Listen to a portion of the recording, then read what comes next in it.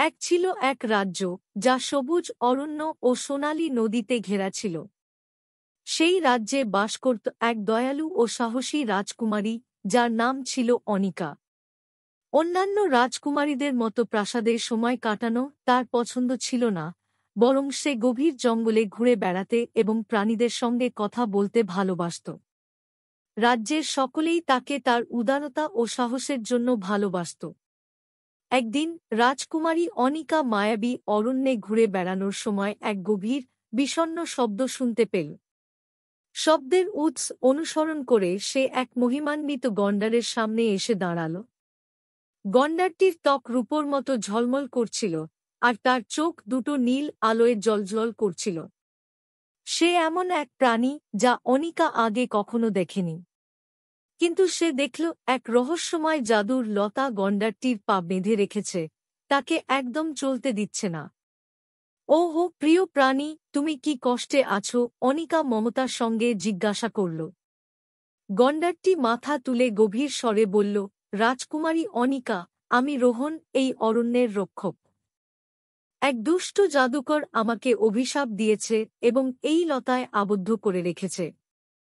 যদি আমি মুক্ত হতে না পারি, তাহলে এই অরণ্যের জাদু ধীরে ধীরে হারিয়ে যাবে, আর পুরো রাজ্য শুকিয়ে যাবে। রাজকুমারী অনিকার মনে দয়ার সঞ্চার হল। সে লতার দিকে তাকিয়ে দেখল এর মধ্যে কোনো এক অশুভ শক্তি রয়েছে। সে হাত বাড়িয়ে স্পর্শ করতেই একটি ঝলকানি উঠল, আর ঠান্ডা এক স্রোত তার আঙুল বেয়ে নেমে গেল। এই জাদু খুব শক্তিশালী, অনিকা ফিসফিস করে বলল, কিন্তু নিশ্চয়ই এর কোনো উপায় আছে।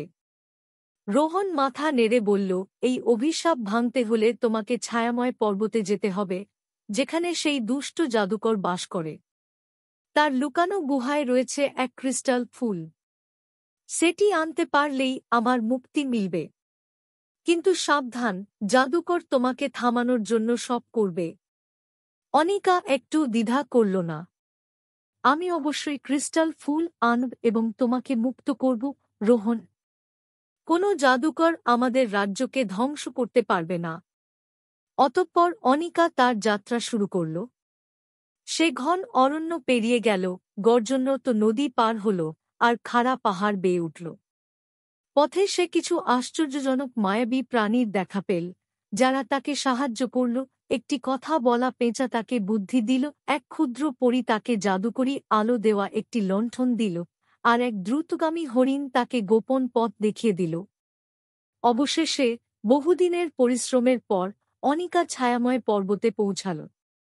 তার উপরে ঘন কালো মেঘ জমেছিল, আর ঠান্ডা বাতাস শীষ বাজিয়ে বইছিল। যখন সে জাদুকরের গুহার দিকে এগোল, হঠাৎ কিছু ছায়াময় রক্ষী পথ আটকাল। তুমি কখনো পারবে না, তারা ফিসফিস করল, তাদের চোখ লাল জ্যোতিতে জ্বলছিল। কিন্তু অনিকা বুদ্ধিমান ছিল। সে তার জাদুকরী লণ্ঠনটি তুলে ধরল, আর তার উজ্জ্বল আলো ছায়াগুলোর গায়ে পড়তেই তারা একে একে অদৃশ্য হয়ে গেল। অবশেষে সে গুহায় প্রবেশ করল। সেখানে এক কালো পাথরের সিংহাসনে বসেছিল দুষ্ট জাদুকর। তার চোখ ধূর্ত উজ্জ্বলতায় ঝলমল করছিল। তাহলে, সাহসী রাজকুমারী, তুমি আমাকে চ্যালেঞ্জ জানাতে এসেছ? জাদুকর হেসে বলল। অনিকা নির্ভয়ে বলল, আমি এখানে ক্রিস্টাল ফুল নিতে এসেছি, তোমার অভিশাপ ভাঙতে। জাদুকর উচ্চস্বরে হাসল এবং তার হাত নাড়তেই এক ঝড়ের মতো অন্ধকার শক্তি অনিকার দিকে ধেয়ে এল। কিন্তু অনিকা দ্রুত ছিল। সে একপাশে সরে গিয়ে তার ছোট্ট কাচের শিশিটি বের করল, যা তাকে সেই পরী দিয়েছিল। শিশির মধ্যে ছিল জাদুময় জল। সে দ্রুত সেই জল জাদুকরের দিকে ছুঁড়ে মারল। জল জাদুকরের গায়ে পড়তেই তার অশুভ শক্তি কমে গেল, আর সে যন্ত্রণায় চিৎকার করে উঠল। এটাই ছিল সুযোগ। অনিকা তৎক্ষণাৎ সিংহাসনের পাশে রাখা ক্রিস্টাল ফুলটি তুলে নিল এবং দৌড়ে গুহা থেকে বেরিয়ে এল। গুহার দেওয়াল কাঁপতে শুরু করল, আর পাহাড়টি গর্জন করতে লাগল। অনিকা দ্রুত ফিরে গেল অরণ্যে, যেখানে রোহন এখনও আটকে ছিল। সে সাবধানে ক্রিস্টাল ফুলটি রোহনের কপালে রাখল। একদম সঙ্গে সঙ্গে চারপাশ উজ্জ্বল আলোয় ভরে উঠল। সেই জাদুকরি লতাগুলো মুহূর্তের মধ্যে শুকিয়ে গেল এবং গুঁড়ো হয়ে উড়ে গেল। রোহন ধীরে ধীরে উঠে দাঁড়াল, তার রূপার মতো উজ্জ্বল ত্বক আগের চেয়েও বেশি ঝলমল করছিল। তুমি আমাকে রক্ষা করেছ, রাজকুমারী অনিকা, রোহন কৃতজ্ঞতার সঙ্গে বলল। আর এর ফলে তুমি পুরো রাজ্যকেও বাঁচিয়েছ।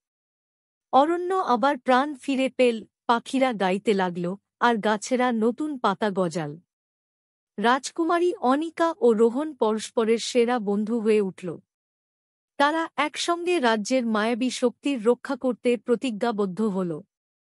এভাবেই রাজকুমারী অনিকা ও রূপার গণ্ডারের কাহিনী যুগের পর যুগ মানুষের মুখে মুখে ছড়িয়ে পড়ল, এক চিরন্তন বন্ধুত্বের নিদর্শন হয়ে রইল। এবং তারা সুখে শান্তিতে জীবনযাপন করতে লাগল চিরকাল।